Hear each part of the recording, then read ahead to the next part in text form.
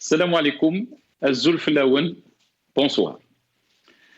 Après la manifestation réprimée dans le sang à Tinzaouatine, au début de la semaine, les habitants du Sud semblent s'être donné le mot pour dénoncer la marginalisation dont elle est en permanence victime. Ce sont des localités qui vivent depuis des millénaires grâce à deux ressources de revenus, l'élevage transhumance et le commerce transsaharien.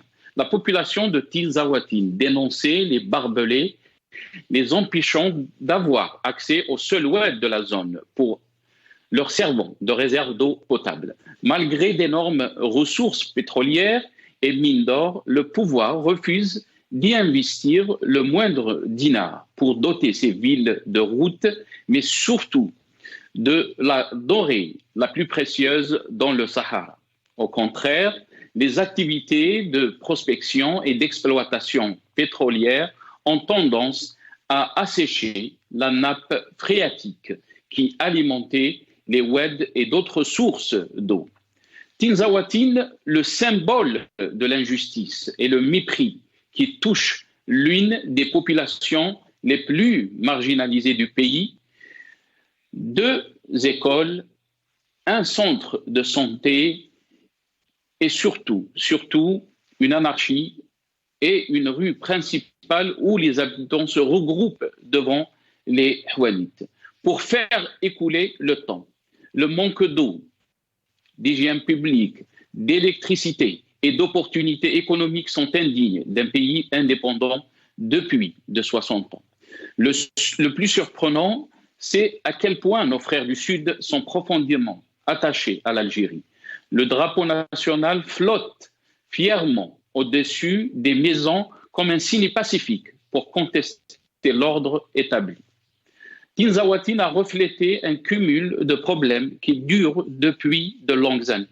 C'est la goutte qui a fait déborder le vase. Quoi qu'il en soit, de telles manifestations se multiplieront à mesure dont nos frères du Sud se sentiront marginalisés et délaissés. D'autant plus que le régime s'impose comme autorité tant militaire, sécuritaire et administrative, ne sait y faire que par la répression.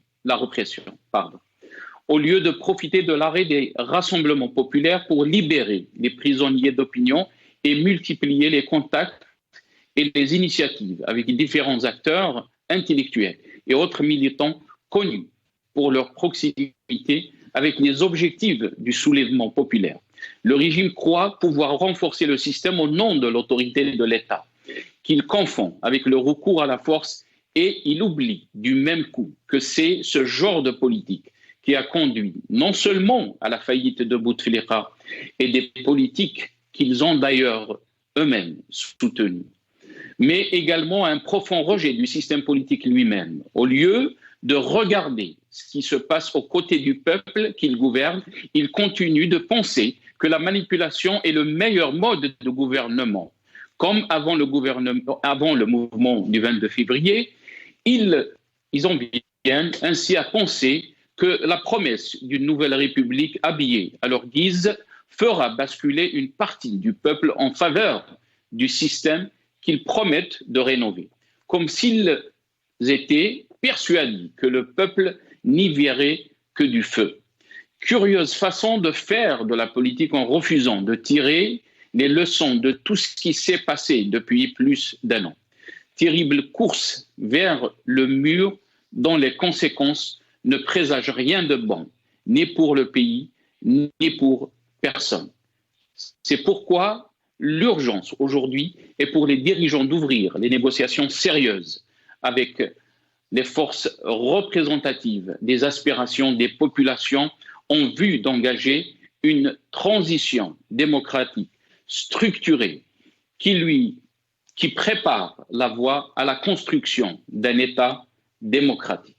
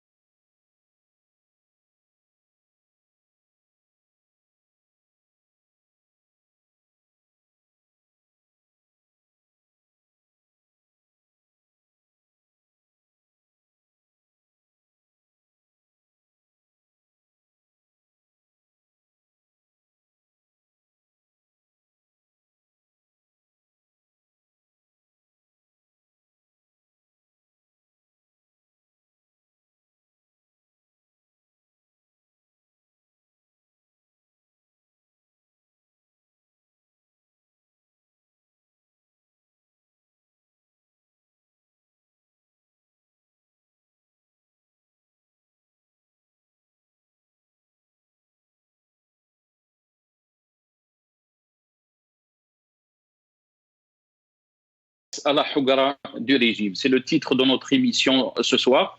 Et pour en parler, j'ai le plaisir d'accueillir dans cette émission Fatah Titouche, militant politique via Skype depuis la France. Fatah Titouche, bonsoir et merci d'avoir accepté notre invitation. Bonsoir, c'est Judy, c'est moi qui vous remercie. Merci, c'est Fatah. On aura aussi le plaisir d'avoir Qaddour Chouicha, spécialiste, syndicaliste, pardon, et militant des droits de l'homme depuis Oran. Qaddour Chouicha, marhaba bik. الله يسلمك والسلام عليكم والسلام على المتفرجين والمتفرجات. Alaykoum salam wa rahmatullah. On vous remercie, Qaddour Chouicha, d'avoir accepté notre invitation. On aura aussi le plaisir d'avoir dans la deuxième partie de cette émission Karim Kbir, qui est journaliste. Espérons aussi avoir un militant politique depuis le sud de l'Algérie. Fatah Titouche, je vais commencer cette émission avec vous. On a vu ce qui s'est passé dans le sud, bien sûr des populations, des Algériens très exacerbés par la situation qu'ils vivent depuis des années, une marginalisation totale de ces populations qui voient des richesses sous leurs pieds, mais malheureusement, dans leur vie quotidienne, ils ne voient pas ces richesses. Qu'est-ce que vous en pensez par rapport à ce qui se passe dans le Sud? Ce que j'en pense, c'est qu'il y ait des richesses ou pas, des habitants du Sud sont des habitants, sont des citoyens algériens à part entière. C'est pas le ressenti qu'ils ont. Ils ont l'impression d'être une population marginalisée, une population à part. Malheureusement, nous vivons dans notre pays, au-delà en fait du racisme social étatique, il y a aussi un racisme social un peu dans la société. Il y a un regard méprisant vis-à-vis du Sud. Il y a une partie de la population qui de par beaucoup de raisons, parce qu'on voyage très peu, parce qu'on connaît très peu cette région, et donc du coup on a beaucoup de préjugés sur cette région-là. Et donc, du coup, évidemment qu'il faut les soutenir, évidemment que, parce qu'il y a eu le débat, la polémique autour de est-ce que la question est politique ou est-ce que la question est sociale. Le politique et le social sont indivisibles. Nous ne pouvons pas diviser le social du politique. C'est l'essence même. Le politique n'a pas de sens s'il n'y a pas de social, dans le sens où nous militons pour améliorer les conditions de vie des citoyens, de tous les citoyens algériens, mais il y a un cas particulier, un cadre particulier au Sud, comme vous l'avez bien précisé, c'est qu'ils vivent sous les richesses qui font faire vivre tout le pays, mais ils sont les régions du pays les plus marginalisées, les plus paupérisées, et il faudrait que ça cesse, et il faudrait qu'ils sachent aussi que l'Algérie pour laquelle nous battons, nous, est une Algérie qui ne va pas les oublier, est une Algérie qui va les revaloriser, qui va revaloriser tout le Sud, parce qu'il y a un enjeu stratégique à sortir en fait du Nord et à essayer de rendre ces régions-là justement accueillantes, les rendre plus attractives pour qu'on puisse en fait se débarrasser un peu de la surpopulation dans le Nord et tout. Donc du coup, mais tout ça, toutes ces questions-là et tout, ce n'est pas la préoccupation du régime qu'on a. Nous avons un régime politique qui a pour seule préoccupation de rester, que ça coûte de paupériser toute une région, que ça coûte de les léser. Ils en ont absolument rien à faire de tout ça. Ce qui les intéresse, c'est vraiment rester. Très bien. Fatah Titouche, vous avez parlé de marginalisation, bien sûr, mais aussi de préjugés. Quand vous parlez de préjugés, c'est par rapport à quoi? Est-ce que vous pensez que le régime a joué avec ça? Alors, en fait, moi, les informations que j'ai eues, parce que j'ai des amis militants du Sud qui m'ont dit qu'il y a aussi des infiltrés du régime qui essayent en fait de se servir justement de la misère des gens du Sud pour essayer de donner en fait au Hirak un timbre social pour essayer de vider en fait de la substance politico-métapolitique du social, mais il y a des raisons sérieuses, des raisons objectives qui poussent les gens à sortir à sortir dans les rues et à militer et à manifester. Donc, du coup, il faudra prendre il faut le prendre de tous les angles, en fait. Il faut vraiment prendre cette question au sérieux. C'est-à-dire que ce n'est pas parce que nous sommes dans un combat, certes, très politique, voire métapolitique, autour de questions même pas idéologiques, c'est-à-dire des questions relatives à l'État, à la fondation de l'État, aux institutions, à la justice indépendante, aux libertés, etc. et tout. Mais ces questions-là sont vitales, les questions sociales sont vitales, et la misère des gens, quand quelqu'un, je crois que c'est Heidegger qui disait qu'il ne peut parler de vacuité celui qui a le ventre creux. Donc du coup, quand on a cette misère-là, il faut la regarder telle qu'elle est. Et il faudra y répondre. Et il faut, au lieu de répondre avec un mépris et un racisme social, parce qu'il y a parmi nos élites, je ne parle pas du régime, hein, parmi nos élites, qui répondent avec une sorte de mépris social. Moi, ça m'a un peu mis, voilà, ça m'a choqué, ça m'a mis en colère de voir qu'il y a des gens qui se revendiquent du halal, qui ont un certain mépris, un certain racisme social envers ces questions-là et qui pensent que tous les Algériens, en fait, doivent laisser de côté tout ce qui est social parce que nous sommes dans une révolution qui a pour but de refondre l'État. Non, il faudra savoir les intégrer, les adapter, il faudra savoir parler de ces problèmes-là, il faudra savoir les intégrer dans notre rêve d'une Algérie nouvelle. Très bien. Fatih Touche, restez avec nous. Qadour Chouicha, merci une deuxième fois encore d'avoir accepté de participer dans cette émission. Qadour Chouicha, Fatih Touche nous dit que certes le Sud vit, la population du Sud, nos frères algériens dans le Sud, vivent des problèmes socio-économiques. Mais dans le contexte actuel que vit l'Algérie, qui est la révolution, est-ce que vous pensez que tous ces problèmes socio-économiques sont liés aussi à la façon de gestion et qui est liée, elle aussi, au système politique de notre pays? Je voudrais d'abord corriger quelque chose.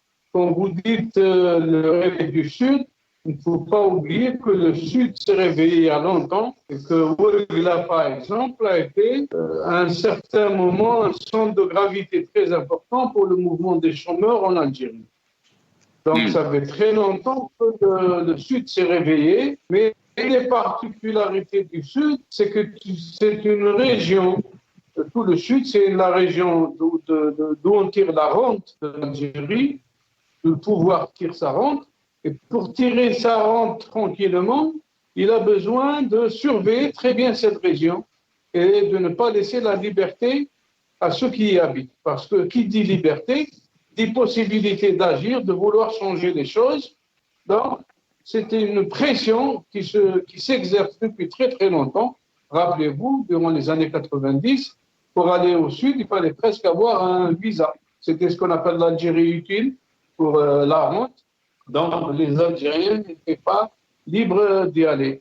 Donc, ça fait très longtemps que le Sud vit cette contradiction en étant le terrain d'où est tirée la rente, mais en même temps est dans le terrain très surveillé dans lequel il y a une répression. Maintenant, pour ce qui est de la question sociale, il ne faut pas oublier que nous tous, si nous voulons la liberté, c'est pour en faire quelque chose.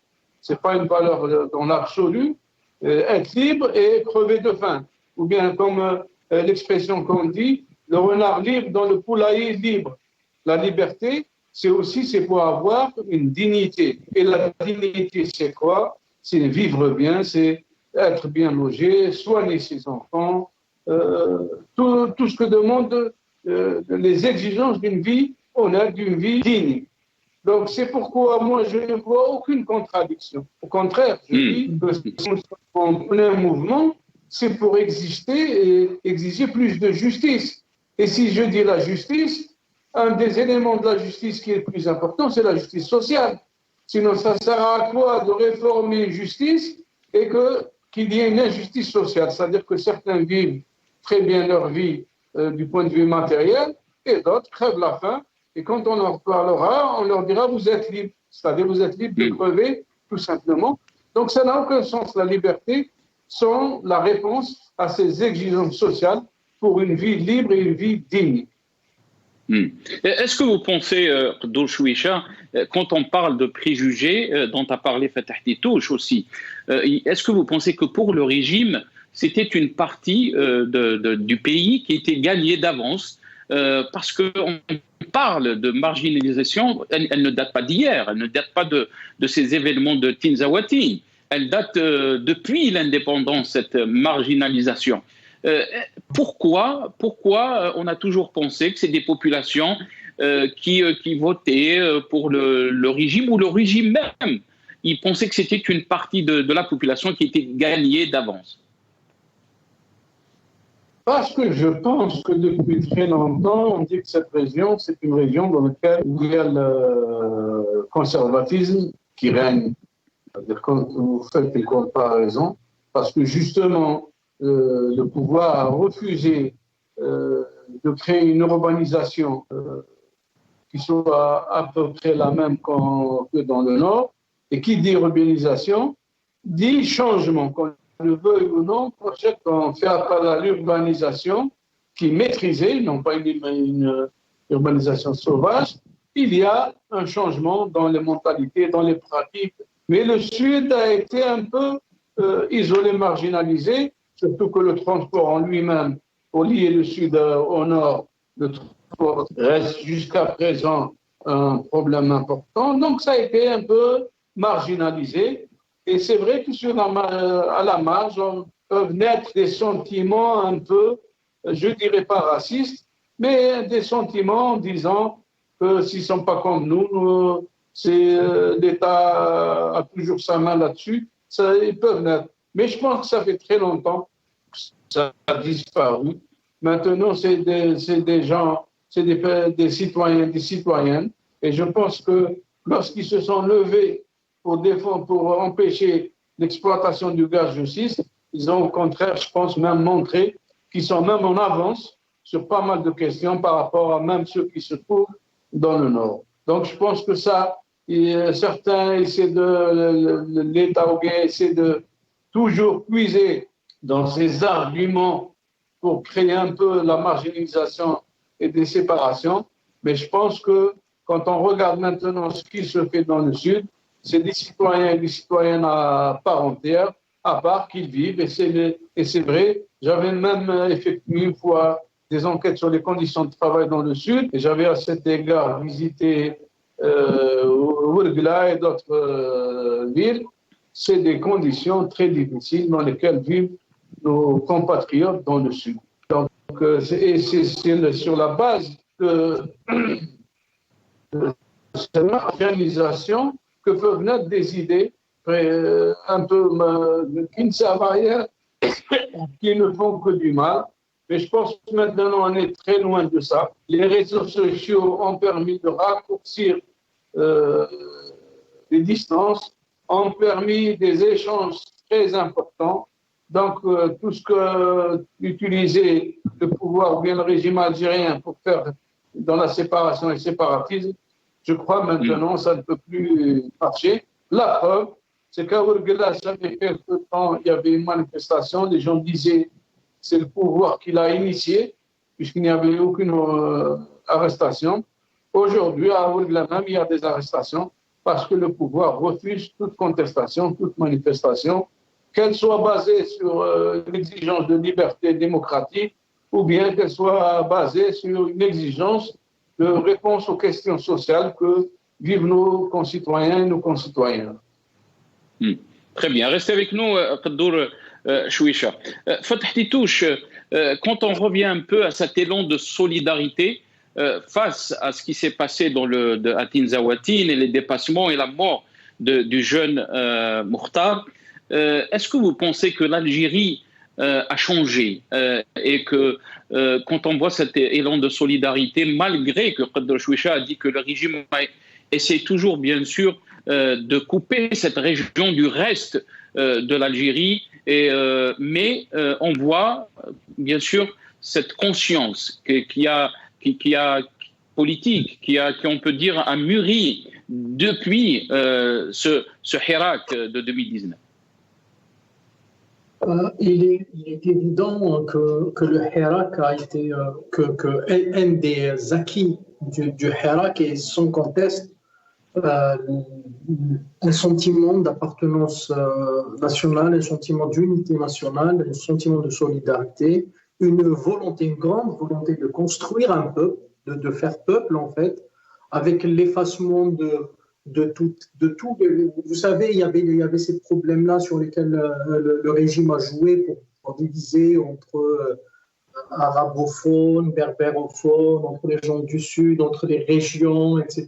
Et tout. Mais justement, le Hirak a réussi à rapprocher, à raccourcir les distances, comme l'avait dit c'est pas d'autres, et donc du coup à construire un peuple. Et oui, effectivement, il y a eu un grand élan de solidarité.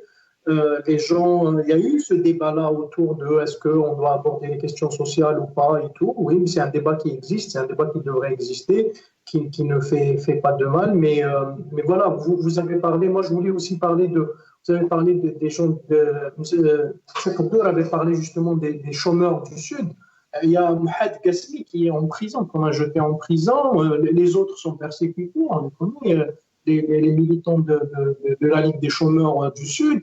À Ain Salah, pendant la lutte anti-gaz de schiste, moi j'étais impressionné, émerveillé par le niveau d'organisation et la façon avec laquelle ils ont mené cette bataille-là contre le gaz de schiste. J'ai eu des explications où on nous parlait d'un porte-à-porte un peu particulier, où les gens, en fait, frappaient dans les portes, allaient rester jusqu'à 1 heure à expliquer à toutes les familles les enjeux. Et quand vous voyez en fait l'exposé des motifs des manifestants par rapport à leur hostilité au gaz de schiste, c'est qu'ils parlent justement de cette nappe phréatique comme étant une ressource renouvelable, comme étant une ressource d'avenir inépuisable, et que pour eux, le plus important pour eux n'était pas d'avoir les outils de modernisation, mais de continuer à vivre en fait selon leur modèle à eux, un modèle traditionnel qui aujourd'hui, dans le monde, et il y a beaucoup de partis politiques qui veulent revenir vers un modèle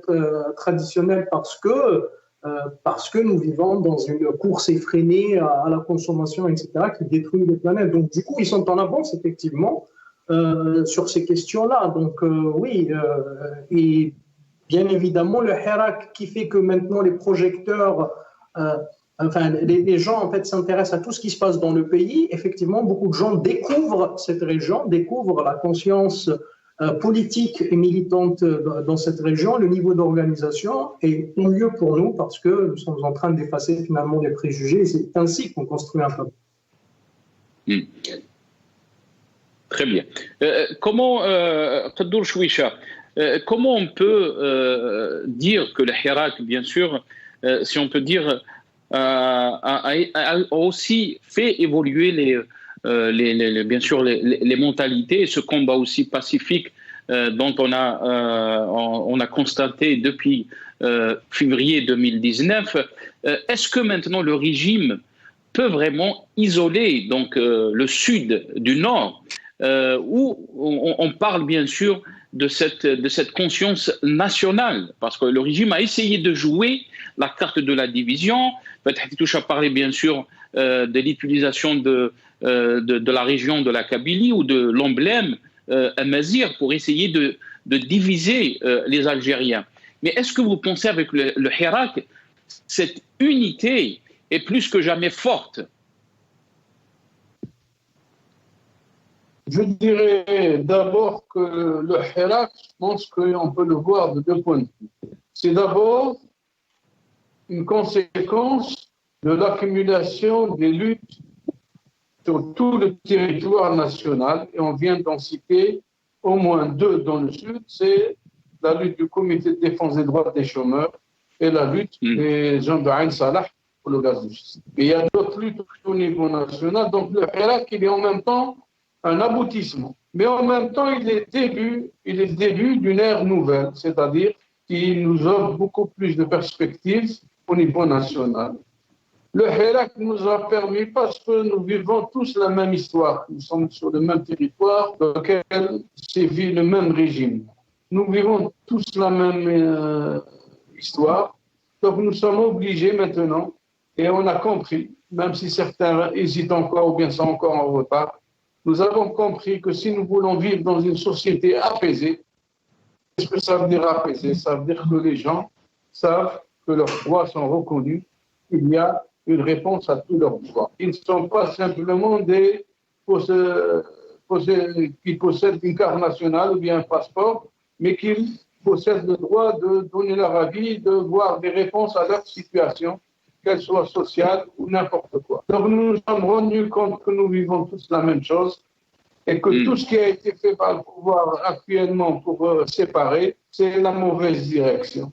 Et je pense que je suis l'un de ceux qui pensent que le Hirak a montré par sa maturité qu'il n'est plus question maintenant d'utiliser des arguments tels que le séparatisme ou bien, je pense qu'on a vraiment dépassé tout ça. C'est pourquoi, avec ce qui se passe dans le Sud, vous ne trouverez personne dans le Nord algérien qui disent qu'ils n'ont pas le droit ou bien que c'est pas normal ou bien tout le monde est solidaire avec eux parce qu'ils savent que nous vivons le même destin. Même si eux, et il faut le dire clairement, ils vivent une pression beaucoup plus intenable, il n'y a qu'à voir des images de là où ils vivent ou dans quelles conditions, mais tout le monde maintenant est conscient que moi, toi, l'autre, eux, nous avons le droit de vivre tous ensemble, en même temps, mais de façon apaisée, c'est-à-dire qu'il faut reconnaître tous les droits de tous, si nous voulons continuer à vivre de façon apaisée. Très bien. Restez avec nous, Khaddour Chouicha. Il nous a rejoint. Karim Kebir, journaliste depuis Alger. Karim Kebir, bonsoir. Marhaba bik et merci d'avoir accepté notre invitation. Bonsoir à vos auditeurs. Merci Karim Kebir. Karim Kebir, si on revient un peu sur la situation de nos frères algériens dans le sud, qui vivent bien sûr une marginalisation qui a été bien sûr dite et décrite par Fatih Titouche et Khaddour Chouicha, nos invités, mais aussi une conscience politique du peuple algérien, que leur cause ou leur combat est un seul, celui de l'injustice, contre l'injustice et l'établissement d'un état de droit. Est-ce que vous pensez que la Hirak, bien sûr, a éclairé un peu que tous les Algériens vivent les mêmes problèmes? Mais bien sûr, absolument. De toutes les façons, ce qu'ils ont exprimé, ça ne date pas d'aujourd'hui. Hein. Ça fait depuis quand même un certain nombre d'années qu'il y avait des manifestations un peu partout. On se rappelle un peu de beaucoup de marches à Ouargla. Il y avait à Tamanrasset également. Il y avait à Ain Salah, par exemple, dans l'affaire contre le gaz de schiste. Donc ce n'est pas la première fois que les gens de ces régions expriment un peu leur ras-le-bol et leur malaise, encore plus parce qu'il y a de grandes disparités entre, par exemple, les villes du Nord et les villes du Sud. Eux-mêmes le disent, et ils disent que l'Algérie est riche par le sous-sol qui est pris des régions du Sud, mais qui profite beaucoup plus à des régions du Nord. Bon, à un moment donné, le gouvernement, en tout cas, s'est rendu compte de cette disparité, mais malheureusement, dans leurs promesses, souvent, ce qu'ils ont souvent fait pendant les campagnes électorales, ça n'a jamais suivi d'actes concrets. Et à ce jour, moi, j'ai pu lire la dernière fois sur Tinzawatin, par exemple, les problèmes qu'ils vivent pour le déplacement, et, les routes qui ne sont pas goudronnées, l'absence d'infrastructures, il n'y a pas d'hôpitaux. Et puis avec ça, donc on les a quand même, ils sont situés à des endroits qui sont un peu sensibles, donc ça devient un peu plus problématique parce qu'il y a des gens qui vivaient quand même du troc, c'est-à-dire du commerce avec les pays frontaliers. Et donc, cette fois-ci, on a vu comment il y a ce mécontentement, mais c'était pas isolé d'ailleurs. C'est pour ça que, par exemple, il y a des élus, il y a des responsables, des sages de Tamanrasset et tout ça, qui, tout en appelant à la sagesse et tout ça, mais en même temps, ils ont adressé quand même des messages au pouvoir pour dire que voilà, la situation, elle est critique, Donc il faut prendre en charge les préoccupations de ces régions. Mais s'ils le font aujourd'hui, ce n'est pas parce que c'est pas des gens qui parce qu'on a souvent collé l'étiquette de gens de ces régions comme étant des gens très calmes, très oui, tout à fait. Et que c'était des régions gagnées par le régime, des régions qui votaient souvent. Absolument. Mais en fait, c'est des gens qui vivent les mêmes problèmes que tous les Algériens. Donc, ce n'est qu'un indice du malaise qui est un peu partout. Peut-être avec un peu plus, j'allais dire, de sévérité dans ces régions. Très bien. Mais Karim Kebir, comment peut-on mettre ce malaise dans le contexte national que vit notre pays, cette révolution historique qui a commencé février 2019? Écoutez, nous sommes dans un monde globalisé. Il fut un temps où les gens étaient pratiquement coupés. Ça fait pas quand même une quinzaine d'années peut-être où ce qui peut se passer dans une région n'est pas forcément connu ailleurs ou apprise. Mais là, aujourd'hui, avec la révolution numérique, les réseaux sociaux, donc l'information circule, les gens sont très connectés, donc ils voient un peu tout ce qui se passe autour d'eux. Donc c'est des gens qui commencent à ouvrir les yeux, à comprendre les enjeux, à quand même à se comparer par rapport à d'autres. Donc c'est pour ça qu'aujourd'hui, quand même, d'ailleurs moi j'étais agréablement c'est-à-dire de constater l'esprit de solidarité qui s'est exprimé spontanément. Et c'était ça, Karim. Je m'excuse, je vous ai coupé la parole. Ma question prochaine, c'était par rapport à ça. On a vu cette forme de solidarité qui était extraordinaire. On va essayer de voir, je pense, on a une vidéo de Bjaya où les habitants de Bjaya ont essayé d'avoir une minute de silence en solidarité, bien sûr, à Mokhtar, le jeune Mokhtar qui a été tué à Tinzaouatine et bien sûr plusieurs blessés. Mais qu'est-ce qui a changé? Qu'est-ce qui a changé en Algérie pour voir donc cette forme de solidarité avec nos frères du Sud, alors que Fatah Titouche avait parlé dans son intervention des préjugés qu'on avait les uns des autres sur des régions différentes. Absolument. En fait, non seulement il y avait des préjugés, mais il faut dire aussi que le régionalisme était un fléau qui a gangréné un peu même les institutions de l'État. Nous ne devons pas oublier que du temps de Bouteflika, plusieurs ministres, je ne peux pas donner le chiffre, je ne me rappelle pas du chiffre, mais en tout cas, les 2/3 des gouvernements successifs de Bouteflika étaient constituants d'un personnel qui est issu d'une seule région. Je ne parle pas aussi dans des postes stratégiques, dans des postes sécuritaires, chez les Wali par exemple, les chefs de Daïra. Mais aujourd'hui, ce qui est fabuleux, en tout cas de mon point de vue, c'est qu'il y a une forme de prise de conscience chez les Algériens d'abord. Grâce d'ailleurs au mouvement du 22 février, il y a, de mon point de vue, la naissance, à vrai dire, la vraie naissance de la nation algérienne. Elle est née au mois de février 2019.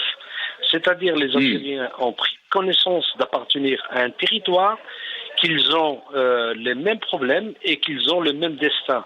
Donc c'est pour ça qu'aujourd'hui, on a vu comment... Bon, je ne parle pas des petites manipulations et ce qu'on appelle les mouches électroniques, et c'est un peu d'attiser ou de maintenir un peu les préjugés, de maintenir un peu quelques discours un peu racistes et tout ça. Mais globalement, la société a compris qu'elle appartient à un même territoire, ils ont les mêmes problèmes, ils ont le même destin, ils souffrent du même régime. Un régime qui est liberticide, qui a essayé de jouer sur le facteur de division, qui a essayé d'opposer une région contre une autre. Mais aujourd'hui, justement, grâce au mouvement populaire du mois de février, les Algériens ont démontré tout de même leur attachement à un même pays, leur attachement à un même idéal qui est celui d'un pays libre, d'un pays qui va exercer sa souveraineté. Et aujourd'hui, on le voit justement, ce sentiment qui s'exprime à travers ces marques de solidarité à chaque fois que quelqu'un d'une région donnée du pays est touché. On a vu comment les rues ont brandi, si vous vous rappelez, le portrait de Kamel Din Fakhar quand il est mort en prison. En prison. Alors qu'il n'y a pas quelques années, en 2013, 2014-2015, Rafdaya était pratiquement dans une situation catastrophique et les Algériens regardaient, je ne vais pas dire de façon indifférente, mais en tout cas, c'est comme si ça se passait dans une région qui les concernait pas. Mais aujourd'hui, la moindre parcelle du pays où quelque chose se passe, on voit comment spontanément tous les Algériens expriment leur solidarité, et vous l'avez bien noté, Nassar, comment ils ont exprimé leur solidarité avec Tinzawatin. Donc c'est ce sentiment, il y a cette naissance de la nation algérienne, malgré encore une fois, l'existence de je ne sais pas, est-ce que c'est un cercle du pouvoir mais je doute fort que ce soit des actions qui sont innocentes, qui essayent d'entretenir encore les préjugés et d'essayer un peu de maintenir cette division pour empêcher justement l'aboutissement du mouvement.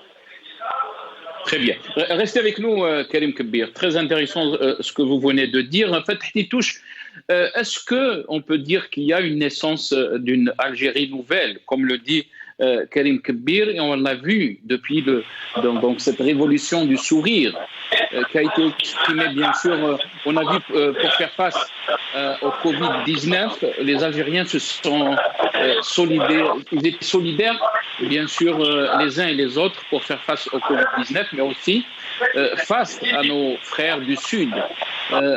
Avant de vous donner la parole, Fatah Titouche, je pense qu'on va essayer de voir cette vidéo, je l'avais dit, les habitants de Bjaya qui tenaient une minute de silence, pour montrer leur solidarité à nos confrères du Sud.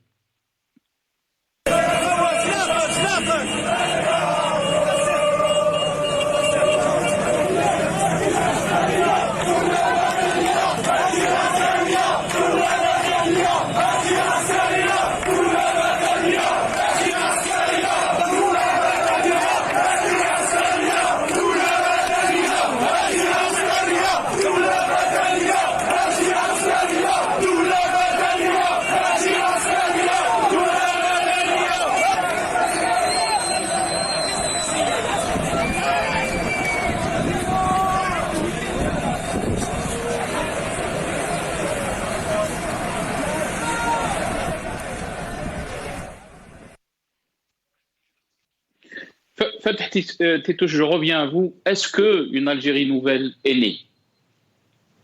Elle est en tout cas, elle est en train de naître.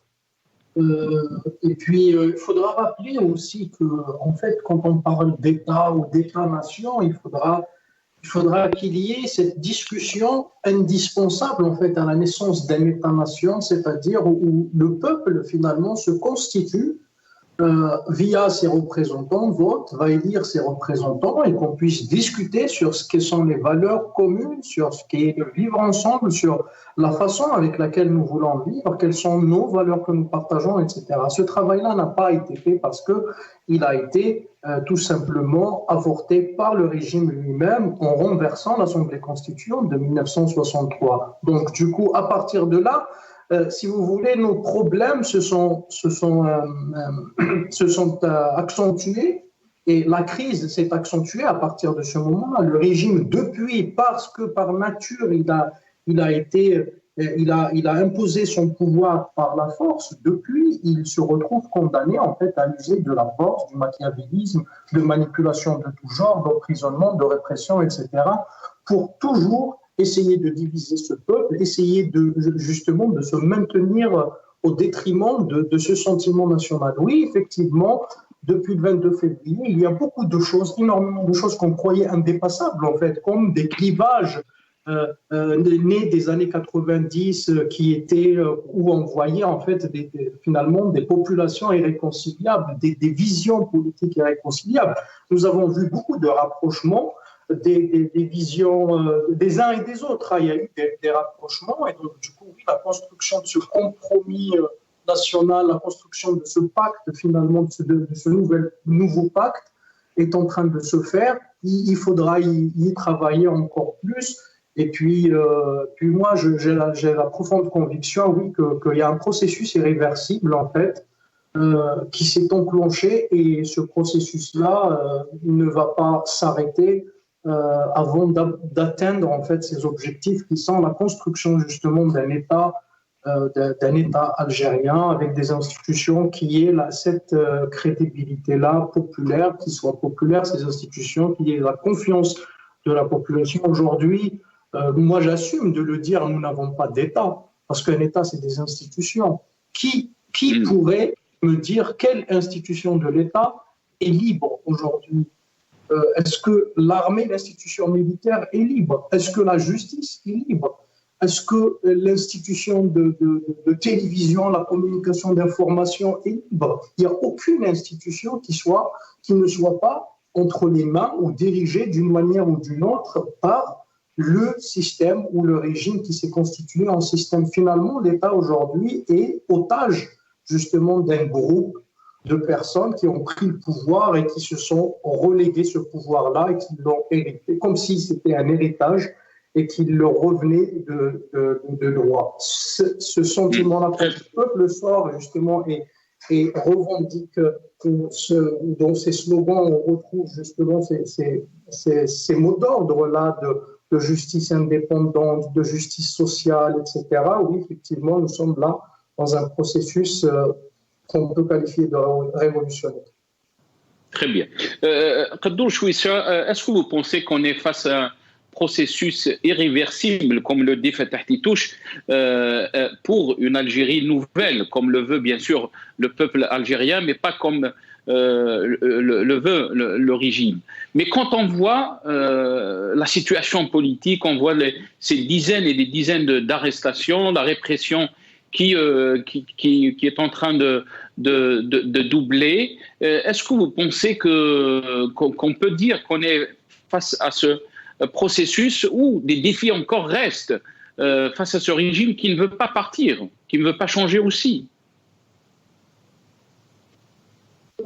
Premièrement, je pense que dire que le 22 février 2019, c'est un peu la création de la nation, c'est un peu remettre en question tous les sacrifices de ceux qui sont battus dans ce pays. Je pense qu'il ne faut pas oublier ça. Les gens qui sont battus pendant la colonisation ne se sont pas battus pour une région, se sont battus pour tout un territoire. Et le problème, c'est qu'au lendemain de l'indépendance, tout cet élan a été cassé graduellement pour revenir à un sorte de régionalisme qui s'est installé.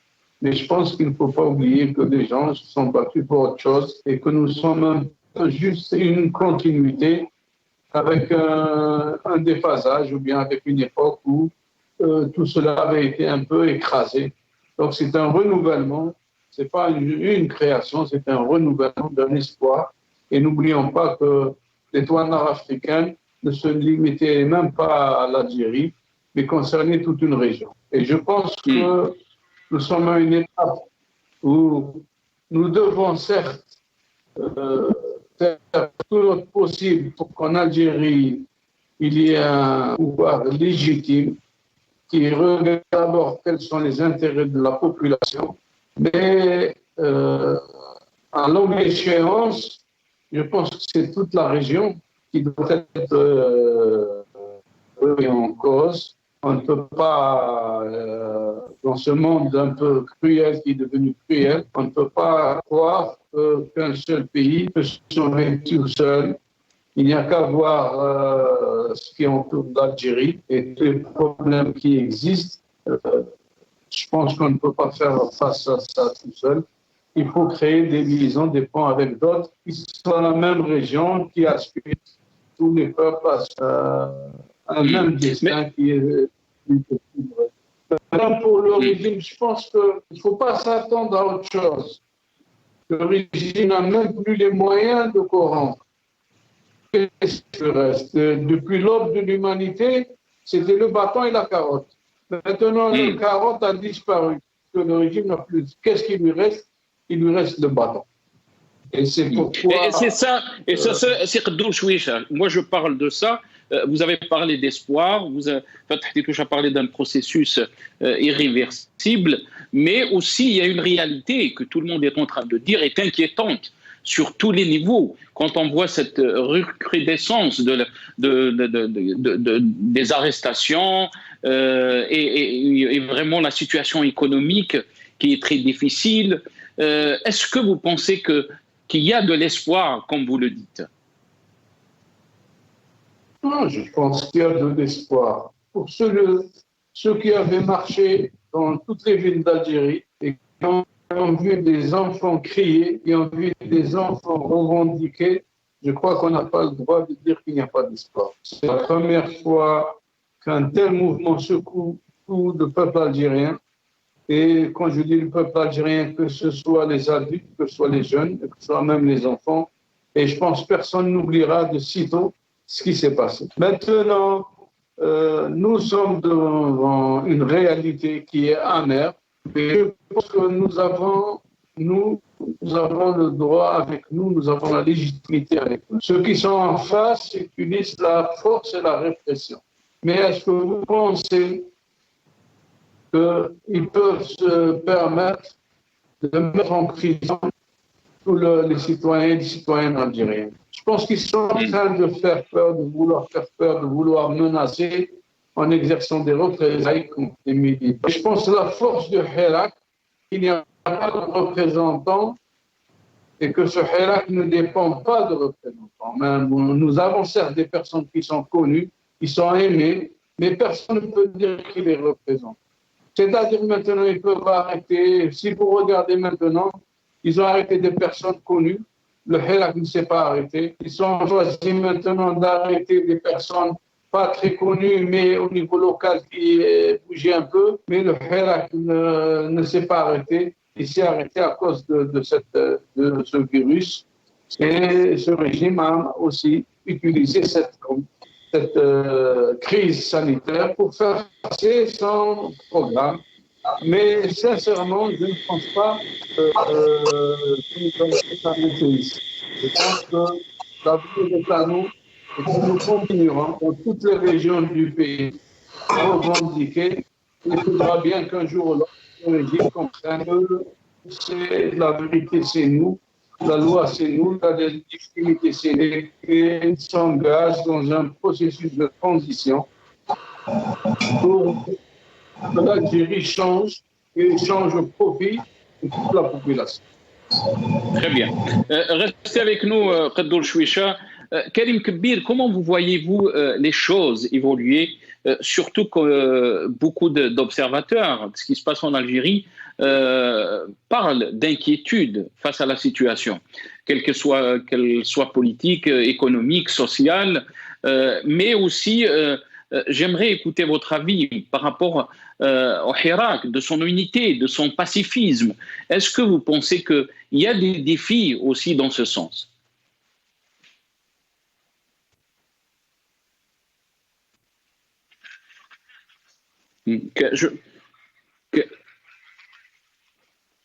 Karim Kbir, est-ce que vous avez entendu ma question? Non, pas du tout.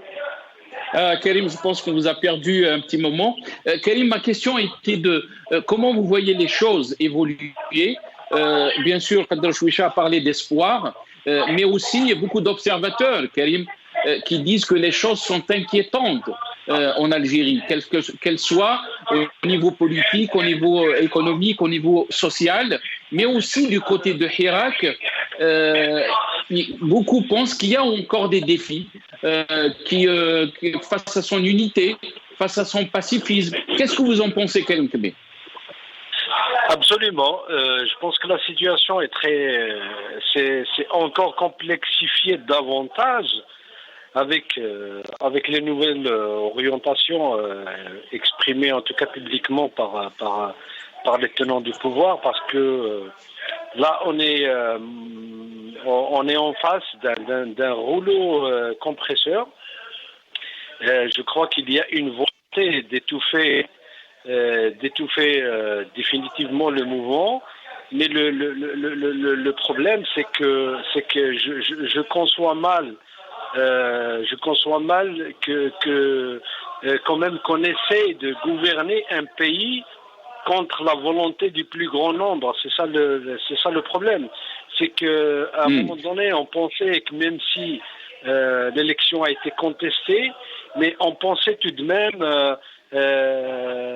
peut-être un peu candidement, mais en tout cas, s'il y avait suffisamment d'intelligence, on aurait pu assister tout de même à un nouveau discours politique qui va dans le sens de l'apaisement, qui va essayer de tisser, de jeter les passerelles d'un dialogue, d'un véritable dialogue avec la société. Or, nous avons vu complètement l'inverse, c'est-à-dire que la stratégie qui a été mise en place depuis le mois de juin 2019, c'est la même qui est en train de se poursuivre. C'est-à-dire qu'on donne aujourd'hui la preuve qu'on refuse d'aller à ce dialogue. Je rappelle tout de même, avec tout ce qu'on peut lui reprocher, mais Bouteflika, en 99, il avait affaire à un retrait des 6 candidats qui étaient quand même des poids lourds, avec Mouloud Hamrouch, Hussein Aït Ahmed, Allah yarhamou. Mais tout de même, Bouteflika, étant un politique, il a su développer un nouveau discours, il a su comment engager un dialogue avec les partis politiques, il a réussi à convaincre pour intégrer le gouvernement, il a essayé quand même de faire bouger les lignes, chose que nous n'assistons pas aujourd'hui avec le nouveau pouvoir. Bon, je sais que peut-être que les conditions dans lesquelles... Est-ce que vous êtes en train de dire, Karim Kébir, que l'ère de Bouteflika était meilleure que ce qu'on est en train de vivre? Non, je ne dis pas qu'elle était meilleure, mais je parle du fait qu'aujourd'hui, dans le pouvoir, nous n'avons pas un personnel politique qui va développer un nouveau discours politique. Parce que le fond de l'équation, le fond du problème, c'est quoi? Il y a une grave crise de confiance. Comment rétablir cette confiance? Et cette crise de confiance, elle existe aussi au sein du Hirak. Le mal est très profond. Il ne faut pas oublier que pendant toutes les 50 années qu'on a vécues, on a travaillé à atomiser la société. Monsieur Chouicha disait tout à l'heure que, bon, peut-être on ne s'est pas entendu sur le concept de nation, mais moi, pour ma part, la nation est née en 2019. C'est-à-dire, il y a une conscience collective pour aller à un destin commun. C'est ça l'esprit de nation. Mais avant, ça allait dans tous les sens. On a vu quand même, ce n'est pas normal qu'un secteur donné économique qui proteste et on ne voit pas l'expression d'une solidarité ailleurs. Ça, on l'a vu avant quand même. C'est des choses qu'on a vécues. On a vu les médecins comment ils ont été agressés. Très peu de gens ont exprimé des solidarités. Mais ça, depuis 2019, nous avons vu une autre attitude chez les Algériens. Donc aujourd'hui, je vous dis... la difficulté, c'est que nous n'avons pas un personnel politique au pouvoir qui développe un nouveau discours, qui peut convaincre, qui peut restituer un minimum de confiance pour jeter les passerelles du dialogue. Et de l'autre côté, nous avons affaire à un mouvement populaire qui est immense, mais en même temps qui hérite de grands tares dus, comme je l'ai expliqué plusieurs fois, à la dépolitisation, à l'école, au traumatisme des années 90. Il y a beaucoup de choses, en tout cas, qui ont fait qu'aujourd'hui, le Hirak peine à produire à produire sa propre élite et en même temps de proposer une alternative bien définie. Parce qu'on ne peut pas objectivement continuer éternellement à marcher les vendredis et les mardis et tenir des slogans dans la rue sans construire quelque chose qui va faire pièce ou qui va un peu se constituer comme alternative par rapport au pouvoir. Parce qu'entre-temps, le pouvoir, tout le monde sait aujourd'hui qu'il s'applique à se reconstituer, mais ce qui est un peu qui est porteur de risque, c'est qu'ils veulent reconstituer ce système, comme toujours, contre la volonté populaire. Et c'est ce qui explique un peu ces arrestations tout azimut contre les militants. Et la crise économique n'est pas là aussi pour arranger les choses. Très bien. Reste avec nous, Karim. Fathi Touche, par rapport à ce qu'a dit Karim Kbir, comment vous voyez les choses évoluer, Fathi Touche? Du côté du régime, c'est une image très claire. C'est un régime qui veut continuer, qui veut durer ce régime. Mais du côté aussi du Hirak, Karim Kbir nous dit on ne peut pas rester marcher les mardis et les vendredis. Il faut qu'il y ait une certaine organisation, si on peut l'appeler. Alors, moi, je dirais les choses autrement. Alors, le régime, il est condamné, comme je l'ai dit, il est condamné à agir. Il est dans son rôle, en fait.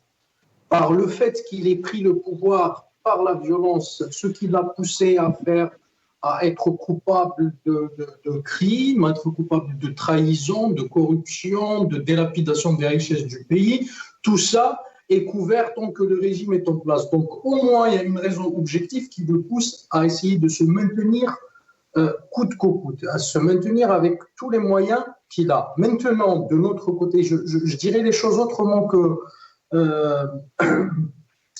c'est Kébir. Moi, je dirais que je ne vois pas les manifestations comme juste des marches, justement. Les manifestations, en fait, c'est un potentiel politique et humain. Ces manifestations-là qui ont fait naître des personnalités nouvelles dans le paysage politique, des initiatives qui sont nées de ces manifestations. Il y a énormément d'acteurs politiques qu'on ne connaissait pas avant et qui ont émergé à partir de ces manifestations et qui ont proposé, qui essayent de proposer des alternatives, etc.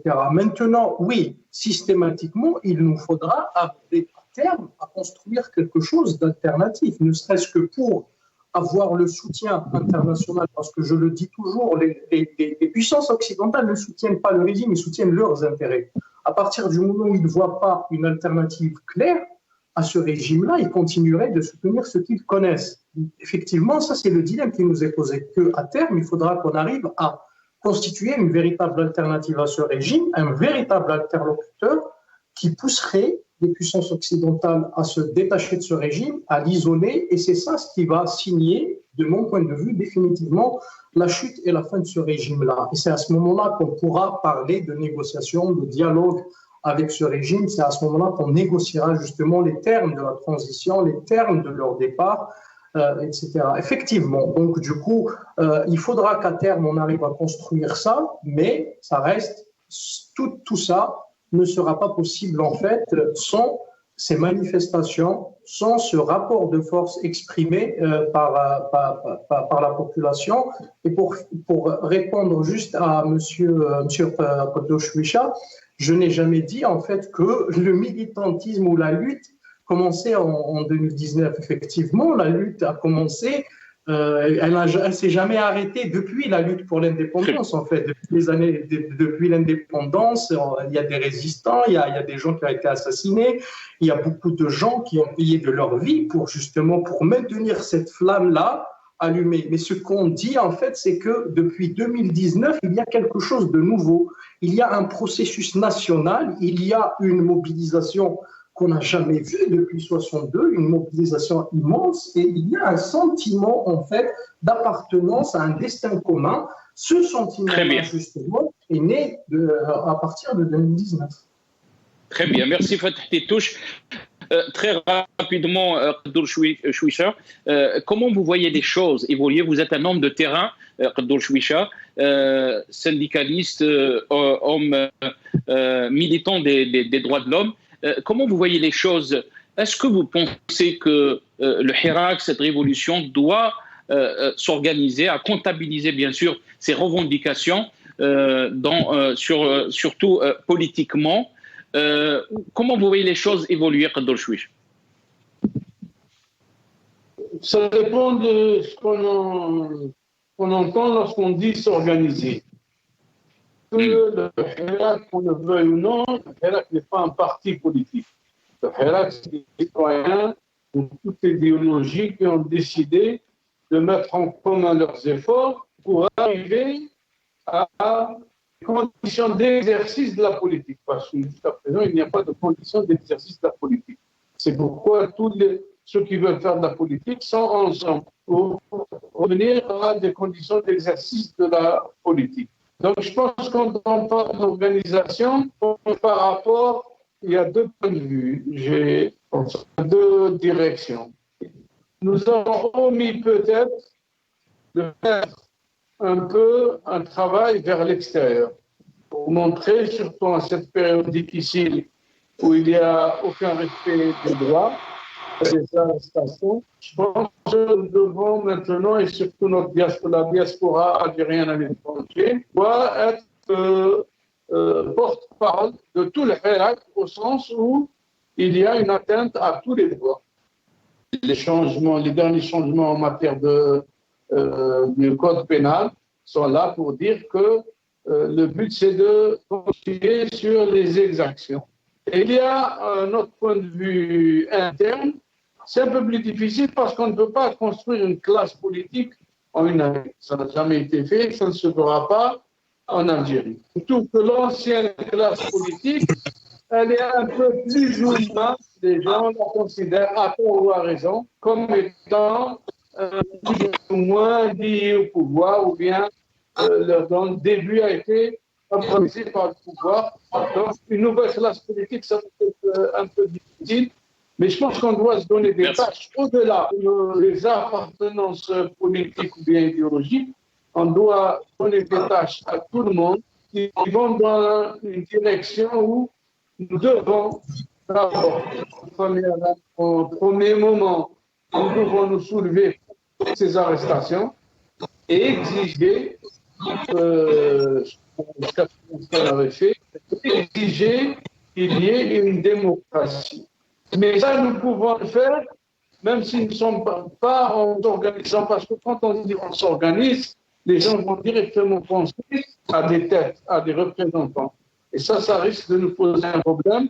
Il y aura peut-être des représentants sans qu'on ait choisi, mais l'organisation, c'est autre chose. C'est lorsqu'on se donne des buts collectivement et que chacun agisse là où il le veut, dans la même direction.